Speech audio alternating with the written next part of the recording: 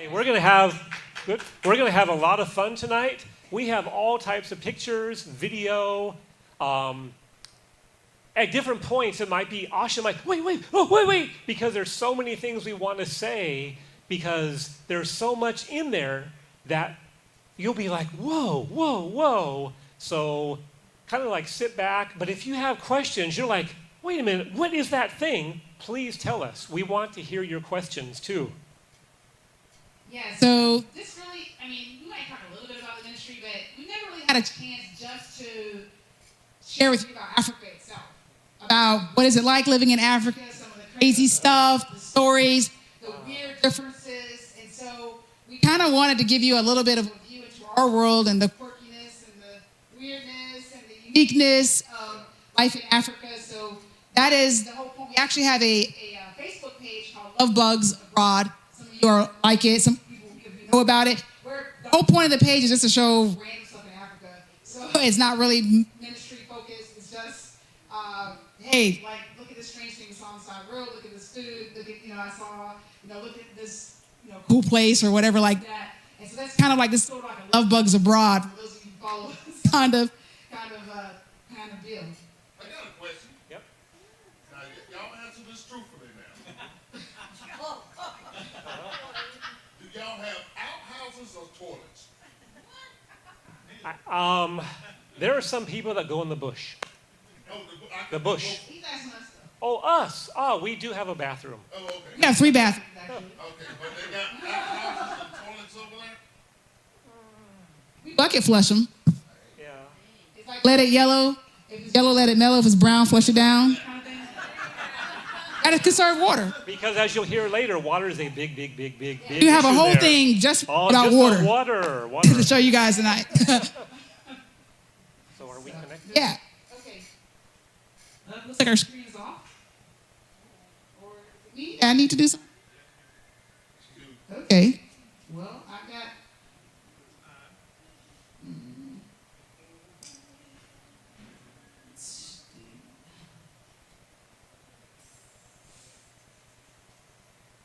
Looks like the African. I might need you in the back for the African culture group, for whatever reason.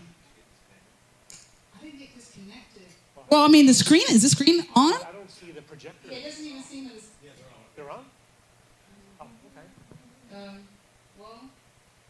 Oh, okay. There you go. Yay, okay. Unfortunately, though, this is. We tried African. Maybe it was Bami culture, but. Okay. That was. Okay. Okay. So, Sorry, we're adapting to this technology here a little bit. Sorry. yeah, I mean, I'm a little bit, because we had an African culture one and a Bamoon culture one. And, there's. So Bamoon, there's different people groups, a whole lot of them in the country. And Bamoon is one of the people groups. 290-something different people, tribes in the country. Over 100, over 200-some languages, too. But that's just in Cameroon. Yeah, that's just in Cameroon. Cameroon, yes. Yeah. It's not even like Africa. That's No, I mean, there's thousands upon thousands upon thousands of languages in Africa. Yeah. So, yes, the African culture one is, I don't know. I don't know if we could do another group and throw that one in there on the playlist. So we'll go to something else for right now. But what we're going to do is, we'll talk about there we go. You could just go through them. Okay, so this right here is what's called a traditional wedding. There's 3 weddings in Cameroon. There's a traditional where you have to pay for your wife, paying the bride price. If you can only do one of the 3 weddings, you should pay for your wife. The bride price, the traditional. And so this is a chief that's getting married. So he had to bring his entourage, do this juju witchcraft stuff. I don't know what it is, but anyway, it's pretty interesting. That's why I included it. This is a high-level person that's getting married. This is not how every wedding is going to look like. So you can go to the next one.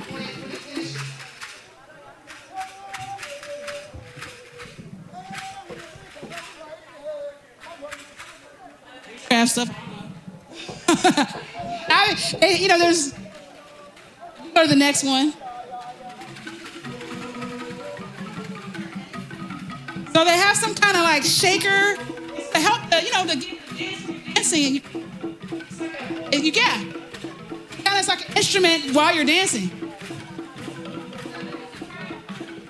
So the people who came out in the first one earlier, the very first, that guy in the black, you'll see them. They're sitting up there, so they're kind of seated up there.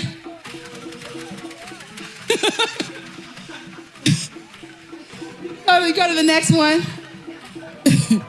Now this is in the far north of the country. This was a pastor invited me to come up. When he was in mission school, these people were completely unreached. They were pagans, and a Nigerian group. He went to a Nigerian mission school, and they went there, and they basically brought Jesus. And so that was like 20 something years ago, and now they've grown so much that now they were handing over leadership. Nigerians were handing over leadership to the Cameroonian tribe for their own apostles to take over from the Nigerians. These were completely unreached. They didn't even wear clothes. It was like, it took about 5 years, I heard, before they started wearing clothes. And so, it was like bit by bit, they would start dressing. Next. That's one of their churches. This is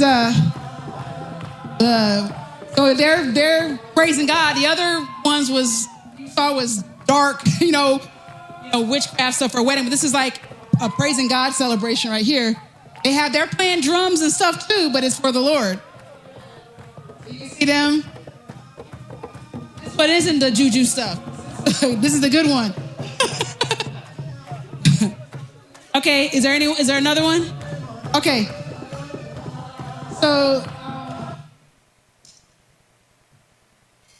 this right here,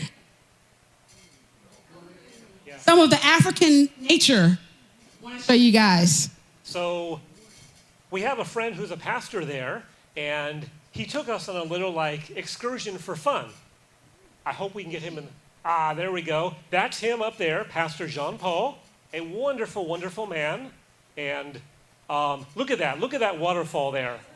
That's amazing. It's really amazing. And we have other waterfalls that we did. This is one that we did for Ariel's birthday. This is a different waterfall that the same pastor took us to. Question? Yeah. The water there is not crazy question. Is some of the water there clean? Is it pure? Most of it's not. No. There are some places, few, that have probably not. But this is called Mami Wata. Mami Wata. Basically like a pidgin way of mommy water. Mommy water. But they say, in their pidgin dialect, they say Mami Wata, which is the water spirits. They praise. All these kind of big natural things.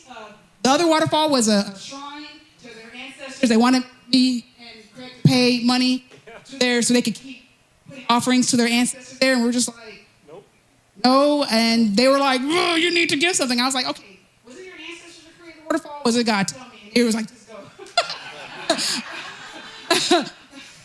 And so this one right here is another shrine kind of thing. And people, Africans, even Christians, are afraid to go to stuff like this. I'm like, it's free. Let's go. I don't really think like that in America. We don't really have this superstition around. And there might be a ton of witchcraft. I don't deny it, but I'm not going there to fight devils. I'm going there to see a nice waterfall. So, you know what I mean? I'm not on assignment. I say devils, wherever devil is there, I'm not messing with you. You don't mess with me. I'm just taking my daughter to see a waterfall.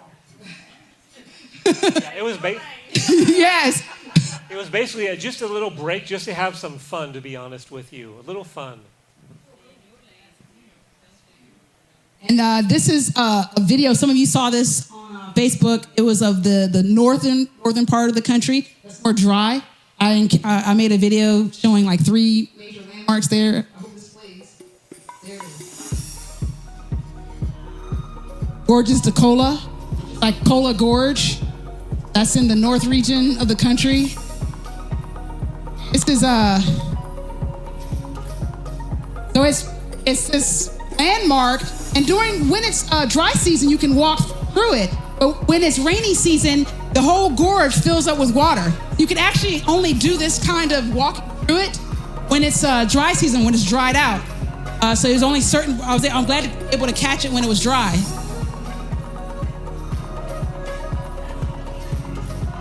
Yeah, it's one of their touristic wonders. But, I mean, Cameroon has a lot of touristic wonders, but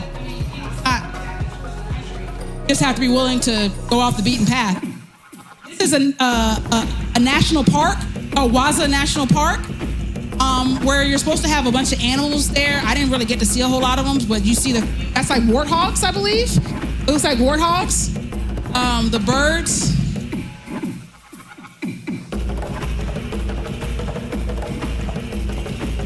Also, just showing the land environment. See, it's very dry compared to the really lush, because Cameroon is like amazing. It's really green and it's really dry. Now this right here is magnificent. The pictures here cannot even give it justice. It's called Rumsiki. And it's like being on Mars or something, like the stone formations. That's in the extreme north. That's like the tip-top northernmost region of the country. So we're talking about like the Sahel region. And so I praise God. I took this with my drone, and